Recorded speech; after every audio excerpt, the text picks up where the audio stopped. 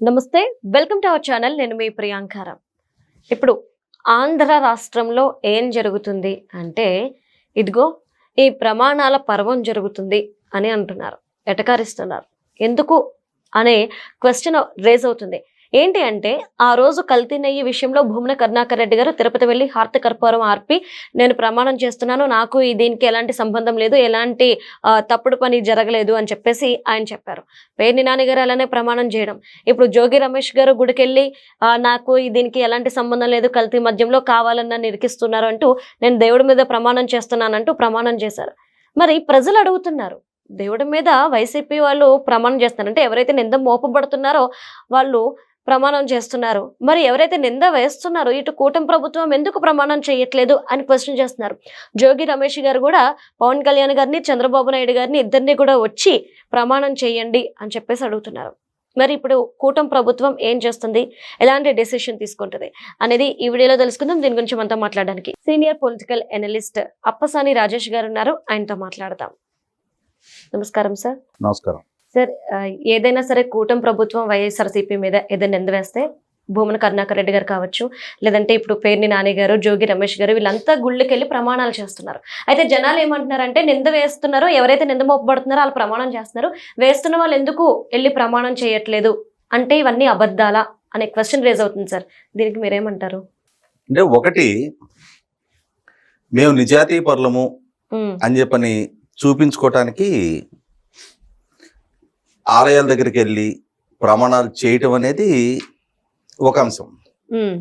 అంటే అలా దేవుడి ముందు ప్రమాణం చేస్తే వాళ్ళ మీద వస్తున్న ఆరోపణల నిగ్గు తేలిపోద్దా, ఇంకా ఫర్దర్గా వాళ్ళు మాకు ఏ సంబంధం లేదు అని చెప్పని దేవుడి ముందు ప్రమాణం చేశారు కాబట్టి ఇక వారి మీద విచారణ జరపాల్సిన నెస్టీ లేదా?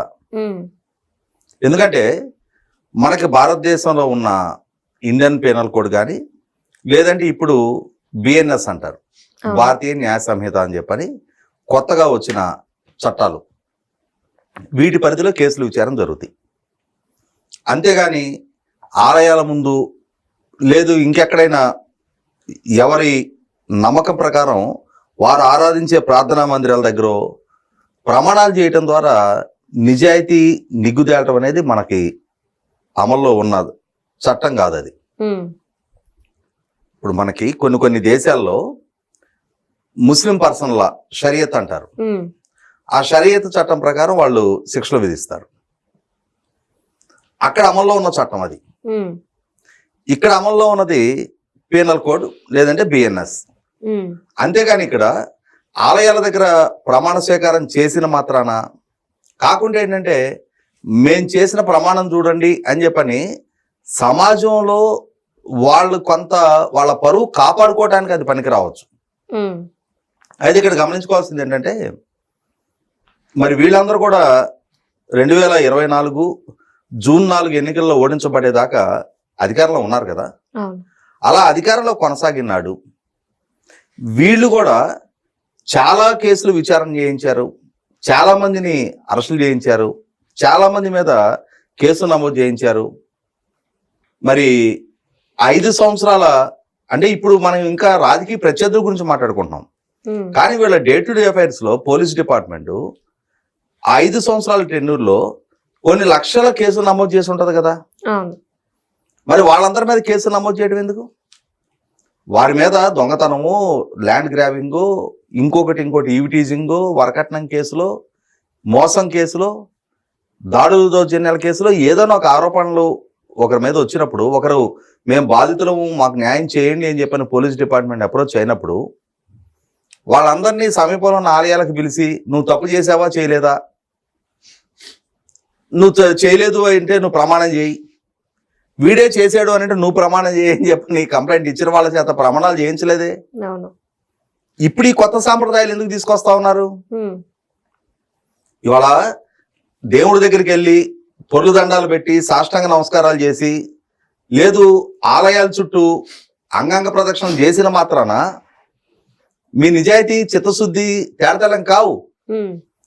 చట్టం దగ్గర మీ మీద మోపబడిన ఆరోపణలకి మీకు వ్యతిరేకంగా ప్రజెంట్ చేయబడ్డ సాక్ష్యాధారాలని వీగిపోయేట్టు చేసుకోగలిగితే ఇవాళ మీరు దేవుడి గుళ్ళో ప్రమాణం చేసినా కానీ మీ మీద మొప్పపడ్డ కేసుగానే ఉంటది. అయితే ఇక్కడ గమనించుకోవాల్సింది ఏంటి, మీ మీద ప్రభుత్వం ఆరోపణ చేయటంలా. మీరేం చేస్తున్నారు, నేను ప్రమాణం చేశా కాబట్టి చంద్రబాబు నాయుడు లోకేష్ వచ్చి ప్రమాణం చేయాలి అంటున్నాడు ఈ జోగి రమేష్. అవును సార్. నీ మీద ఆరోపణలు చేస్తుంది అద్దేపల్లి జనార్దన్ రావు, నీ బాల్యమిత్రుడు. వాళ్ళ తాతగారు మా తాతగారి హయాం నుంచి ఒకే రోడ్లో మేము ఉండేవాళ్ళం అని చెప్పని మీరు చెప్పిన అద్దేపల్లి జనార్దన్ రావు. అతను మీ మీద ఆరోపణలు చేస్తున్నాడు. అతని చేత తప్పు చేయించింది మీరే అని చెప్పని అతను అడ్మిట్ అవుతా ఉన్నాడు. మీరు ప్రమాణం చేయమని అడిగితే అద్దేపల్లి జనార్దన్ రావు అని పిలిచి ప్రమాణం చేయమనాలి. మీరు చంద్రబాబు నాయుడు గారిని లోకేష్ గారిని ఎందుకు ఇందులోకి లాగే ప్రయత్నం చేస్తున్నారు? వాళ్ళ స్థాయి నీది కాదు. టు బి ఫ్రాంక్, ఇవాళ కోట్లాది మంది సభ్యత్వం కలిగిన ఒక రాజకీయ పార్టీకి 30 సంవత్సరాలుగా అధ్యక్షుడిగా చంద్రబాబు నాయుడు గారు కొనసాగుతూ ఉన్నారు. 15 సంవత్సరాలు వారు ముఖ్యమంత్రిగా వారి పదవీ కాలం పూర్తి చేసుకున్నారు. అటువంటి పార్టీకి ప్రధాన కార్యదర్శిగా లోకేష్ కొనసాగుతూ ఉన్నాడు. నువ్వు రాజకీయాల్లో ఉన్నావు, నువ్వు మంత్రిగా పనిచేసావు, కానీ నువ్వున్న పార్టీలో వాళ్ళ స్థాయి కాదు నీది. అసలు నీకు వాళ్ళకి ప్రత్యక్ష పోరాటం లేదు ఇక్కడ. వాళ్ళు పాలకులు, నువ్వు నీ కొడుకు చేత అగ్రిగోల్డ్ ఆస్తులు ఫోర్జరీ డాక్యుమెంట్లతోటి అమ్మించావు అని చెప్పిన ఆరోపణ ఎదుర్కొన్న ఆరోపితుడివి. చంద్రబాబు నాయుడు గారి ఇంటి మీదకి దాడికి వచ్చావు అన్న కేసు ఎదుర్కొంటున్న ఆరోపితుడివి. ఇవాళ ఇంకా నీ పేరు ఎఫ్ఐఆర్లో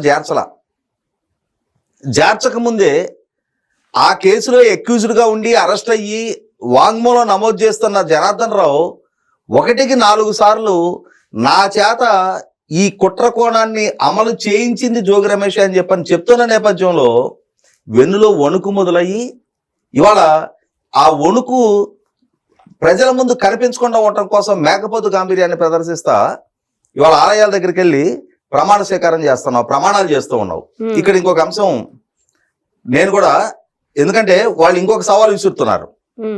మావాడు గుడి దగ్గరికి వెళ్ళి ప్రమాణం చేశాడు కదా, ఆరోపణలు చేస్తున్న వాళ్ళు కూడా వచ్చి ప్రమాణం చేయండి అని చెప్పని. ఆరోపణలు చేస్తుంది ఎవరు? అద్దేపల్లి జనార్దన్ రావు. అద్దేపల్లి జనార్దన్ రావు జైల్లో ఉన్నాడు ఇప్పుడు.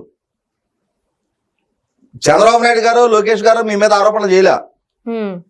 అయితే ఇక్కడ ఇంకొక అంశం కూడా ఉంది. వీళ్ళందరూ పాలకులుగా ఉన్నారు కదా, వీళ్ళందరూ కూడా వీళ్ళ పాలనా హయాంలో చంద్రబాబు నాయుడు గారి మీద 6 కేసులు నమోదు చేశారు. ఇన్నర్ రింగ్ రోడ్ కేసు ఒకటి, ఫైబర్ నెట్ కేసు ఒకటి, ఉచితంగా ఇసుకిచ్చారన్న ఒకటి, మద్యం ఒకటి, స్కిల్ డెవలప్మెంట్ ఒకటి, అంగళ్ళ దగ్గర 307 కేసు ఒకటి. ఈ 6 కేసులు నమోదు చేసిన సందర్భంలో చంద్రబాబు నాయుడు గారికి ఆర్థిక ప్రయోజనాలు చేకూరాయి అని చెప్పని జగన్మోహన్ రెడ్డో, ఈ జోగి రమేషో, లేదు ఈ బోమన కరుణాకర్ రెడ్డి ఆలయాల దగ్గరకు వచ్చి ఆయన అవినీతికి పాల్పడ్డాడు అని చెప్పని వీళ్ళు ఏమైనా ప్రమాణాలు చేశారా? లేదు.